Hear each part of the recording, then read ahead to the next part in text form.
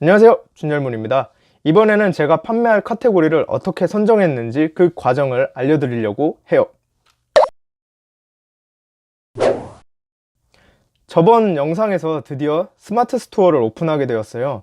이제 물품을 사입과 위탁을 통해서 스마트 스토어에 올릴 수 있게 된 거죠. 근데 그 전에 우선 카테고리를 선정하려고 해요. 카테고리를 선정해야 그에 맞는 아이템들을 선정할 수 있고, 같은 카테고리 내에 아이템을 배치해야 아이템 간 시너지 효과 및 제가 생각하고 있는 마케팅 전술을 사용할 수 있을 것 같아요. 뭐 당연한 이야기겠지만 카테고리를 먼저 설정해야 어느 정도 틀이라는 게 생겨서 아이템을 선정하는 데 시간도 단축할 수 있고, 앞으로 사업을 진행하는 데 있어서 조금 더 효율적이겠죠. 근데 물론 이게 틀린 걸 수도 있어요. 왜냐하면 모두 제 내피셜이기 때문이죠. 이 영상을 촬영하기 전까지 사실 많은 시간을 카테고리 선정하는 데 사용했어요. 그 이유는 처음 시작하는 거라 조금 더 좋은 시장에서 시작하고 싶었기 때문이죠. 근데 시간을 허비한 결과를 말씀드리면, 왜 사람들이 이 스마트 스토어를 비추하는지 알 것 같더라고요. 제가 찾으면서 알게 된 사실은 사려고 하는 사람보다 이미 팔려고 하는 사람이 더 많다라는 거예요. 무슨 말이냐면, 키워드 검색량을 보면 찾는 키워드 검색량보다 그 키워드를 판매하고 있는 업자 수가 훨씬 더 많았어요, 평균적으로. 즉 이미 스마트 스토어는 레드오션이란 게 데이터로 보여줬다는 것이죠. 그래서 사실 할까 말까 조금 더 고민되었던 건 사실이에요. 그럼에도 저는 계속 진행할 겁니다. 여하튼 지금부터 제가 카테고리를 어떻게 선정했는지 그 과정을 알려드리려고 해요. 우선 카테고리를 선정한 기준은, 첫 번째, 판매할 수 있는 카테고리; 두 번째, 제가 관심 있는 카테고리; 세 번째, 제품군을 넓힐 수 있는 카테고리; 네 번째, 키워드 대비 쇼핑몰 업체가 적은 카테고리입니다. 우선 선정 기준을 이렇게 잡은 이유는 당연히 판매할 수 있어야겠죠. 이 말이 무엇이냐면, 신용품 같이 판매하는 데 있어서 필요한 서류가 많거나 제품의 부피가 커서 집에 사입할 수 없는 경우는 저는 다 제외하겠다는 것이죠. 그리고 당연한 이야기로 제가 관심이 있어야지 실제 나였어도 이거 사겠구나 라는 이 감이 맞지 않을까요? 그리고 또 제품군을 넓히겠다는 이야기는 아까 말했다시피 아이템 간 시너지 효과를 조금 더 이용하겠다는 것이에요. 경쟁사 대비 적은 시장을 찾겠다는 것은, 제가 처음 시작하는 건데 경쟁사가 적으면 조금 더 유리하지 않을까요? 그리고 이 모든 것을 고려해서 제가 카테고리를 선정한 결과를 말씀드리면, 모두 부합한 카테고리는 없어요. 해보니까 모두 만족하는 카테고리란 불가능하더라고요. 그래서 제가 차선책으로 선택한 카테고리는 가구 인테리어 안에 있는 인테리어 소모품 카테고리를 메인으로 잡았습니다. 제가 선정한 과정에 대해서 조금 더 차근차근 앞으로 모니터를 통해서 보여드리겠습니다. 우선 네이버 쇼핑 메인 페이지에 들어가 보세요. 그러고 나서 카테고리 더보기를 누르면 네이버 쇼핑에서 분류되어 있는 모든 카테고리를 이렇게 한꺼번에 볼 수 있어요. 저는 여기서 하나하나 보면서 제가 할 수 없는 것부터 먼저 지워가 보도록 할게요. 패션 의류, 제가 할 수는 있겠죠. 패션 잡화, 뭐 신발 주얼리 파는 건데 할 수는 있겠죠. 화장품, 미용, 얼굴에 닿는 대부분의 건데 이 분야는 제가 할 수 없을 것 같아요. 왜냐하면 화학 제품이기 때문에 검사해야 되거나 거쳐야 할 단계가 많은 걸로 알고 있어요. 검사해야 할 단계가 많다는 것은 비용이 높아지기 때문에 제가 할 수 없어요. 그래서 지우도록 할게요. 다음은 디지털 가전. 제가 처음 가장 하고 싶었던 카테고리였는데 찾아보니까 전자기기는 KC 인증 마크가 대다수가 들어가게 돼요. 뭐 배터리라든지 조금이라도 전기가 있는 거는 단계가 복잡해지더라고요. 사입으로 진행할 때 이런 단계가 복잡하면 단가가 올라가기 때문에 제가 진행하기에는 좀 어려울 것 같아요. 지우도록 할게요. 다음 가구 인테리어. 가구 인테리어 보면 할 수 있을 것 같아요. 다음 출산 육아. 출산 육아는 아기용품이기 때문에 좀 더 엄격하지 않을까, 이런 내피셜로 인해서 할 수 없을 것 같아요. 지우도록 할게요. 그리고 식품. 식품은 말 안 해도 아시겠지만 정말 하기 어렵습니다. 그렇기 때문에 지우도록 할게요. 스포츠 레저. 이 분야는 보시면 할 수 있을 것 같아요. 생활 건강.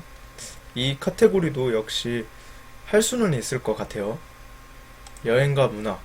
이런 티켓, 상품권 이런 것들은 제가 할 수 없겠죠. 당연히 지우겠습니다. 다음 면세. 면세도 당연히 제가 할 수 없겠죠. 지우도록 할게요.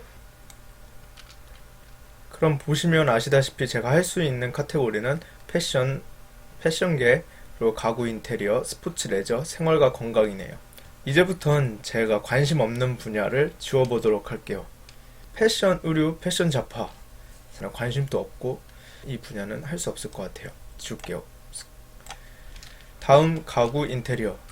가구 인테리어. 이 중에서도 저는 인테리어 소품에 사실 마음이 끌리고 있어요. 그렇기 때문에 일단 킵. 다음은 스포츠 레저.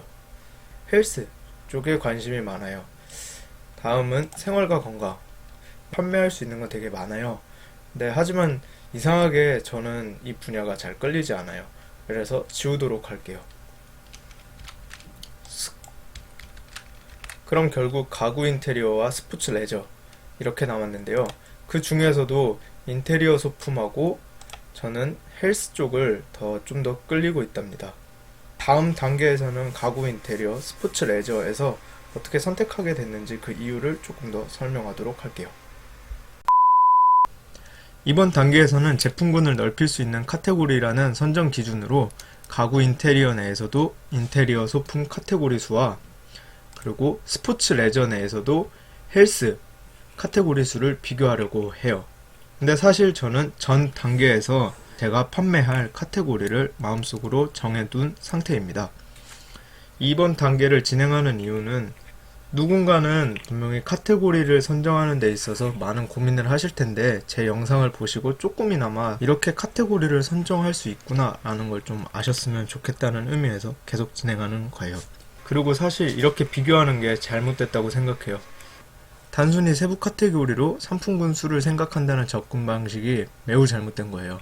그래도 과정을 보여드려야 하기 때문에 진행했다고 생각해주세요. 우선 인테리어 소품 내의 카테고리 수를 한번 볼게요. 이렇게 보시면 세부 카테고리를 좀 더 정확하게 볼 수 있는데요. 여기에 카테고리 수는 총 24개입니다. 그리고 그 다음으로 헬스 카테고리 수를 한번 보도록 할게요. 여기 보시면 헬스의 세부적인 카테고리 수가 나오는데요. 이거 다 세어보면 총 16개입니다. 즉 아주 잘못된 방법이긴 하지만 카테고리 수만 봤을 때 이 인테리어 소품 쪽이 제품군을 넓힐 수 있는데 좀 더 좋다는 뜻이에요. 실제로도 인테리어 소품 쪽이 디자인 영역이기 때문에 헬스 쪽보다는 훨씬 더 많은 제품들이 있겠죠. 결과적으로 두 카테고리 모두 제품군을 넓히기에는 좋다고 생각하나 인테리어 소품이 조금 더 제품군이 다양하다는 것이죠. 다음 단계는 실제 시장 데이터로 어떤 카테고리가 경쟁이 적은지 확인하는 단계예요. 경쟁이 적을수록 시장에 진입하는 데 쉽겠죠. 저는 이번 단계에서는 유튜버 심사임당님께서 배포해 주셨던 다모아 프로그램을 이용했어요. 이 프로그램이 궁금하신 분들은 댓글에다가 제가 해당 콘텐츠 링크를 걸어 드릴게요. 더불어 제가 진행한 방법이 정답이 아닐 수 있다는 점 유의하세요. 저 역시 데이터 값과 다른 의사결정을 내렸다는 점 먼저 말씀드리고 보여드리겠습니다. 다모아 프로그램을 통해서 인테리어 소품과 헬스 카테고리의 1년간 데이터를 엑셀로 추출해 볼게요. 우선 인테리어 소품 카테고리의 1년간 데이터 추출입니다. 인테리어 소품 조회하기. 보시다시피 이렇게 쭉 뜨게 될 거예요. 거기서 다 되셨으면은 다운로드하고 이렇게 저장해 주시면 됩니다. 저는 이 과정을 이미 해놨기 때문에 조금 시간을 줄이기 위해서 다음으로 진행해 보겠습니다. 인테리어 소품 데이터를 받았으면 다음은 헬스 데이터를 받아야 합니다. 그러면 한번 받아볼게요. 헬스. 여기서 조회하기 하시고 똑같이 다운로드 해주시면 됩니다. 다운로드된 엑셀 파일을 보면 여기서 키워드부터 시작해서 나이대까지 확인할 수 있는데요. 저희가 집중해야 할 지표는 여기에 비율 지표입니다. 이 비율 지표는 검색량 대비 판매자 수를 보여주는 지표로 1이 넘어가면 월 찾는 사람 대비 판매하는 사람이 더 많은 것이고 1이 안 넘어가면 찾는 사람보다 판매자가 적는 것이죠. 주의해야 할 것은 이건 검색량이지 실제 페이지 유입 수 그리고 실제 전환율 즉 판매량이 아니기 때문에 제 생각에 훨씬 더 판매가 안 될 거라고 생각해요. 그냥 추이만 보겠습니다. 그리고 지금 보고 있는 것은 인테리어 소품 1년의 데이터입니다. 이제 비율만 좀 보시면 대다수가 되게 높은 숫자임을 확인할 수 있죠. 그리고 다음 지표입니다. 이건 헬스 지표인데요. 보시다시피 대부분 0인 지표가 많아요. 그냥 보셔도 헬스 비율 값이 훨씬 적죠.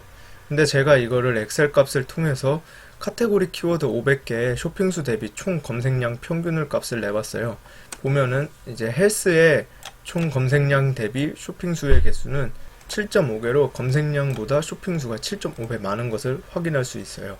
그럼 인테리어 소품은 어떠냐? 인테리어 소품 같은 경우에는 총 검색량 대비 쇼핑수가 34배 정도로 확실히 앞서 헬스보다 훨씬 더 높은 수의 쇼핑수가 있다는 걸 확인할 수 있죠. 즉, 이 데이터가 무엇을 말해주고 있냐면 인테리어 소품 시장은 헬스 시장에 비해서 훨씬 더 붐비고 있다는 것이에요. 근데 물론 두 지표 모두 키워드를 검색하는 사람들보다 판매하고 있는 사람이 더 많다는 것을 볼 수 있죠.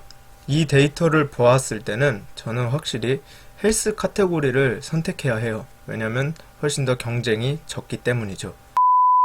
앞서 과정에서 보셨듯 저는 데이터 바탕으로 의사결정을 진행했다면 헬스 카테고리를 선택했어야 해요. 하지만 인테리어 소품 카테고리를 최종적으로 선택했는데요. 그 이유는 우선 세 번째 기준인 제품의 다양성이 인테리어 소품이 좀 더 많다라는 측면도 있지만 사실은 제가 생각하고 있는 마케팅 방향성 때문이에요. 마케팅 방향성은 영상이 길어지니 다음 영상에서 설명드릴게요. 제가 이 분야를 조금 공부해 보니까 온라인 사업은 싸게 떼오는 것도 중요하지만 사실은 마케팅의 핵심인 것 같아요. 유통은 당연히 돈 많은 분들이 더 싸게 팔 수 있기 때문에 저같이 돈이 없는 사람들은 마케팅에 목숨을 걸어야겠죠. 그럼 다음 영상 기대해 주세요. 그리고 조태쿠 부탁드려요.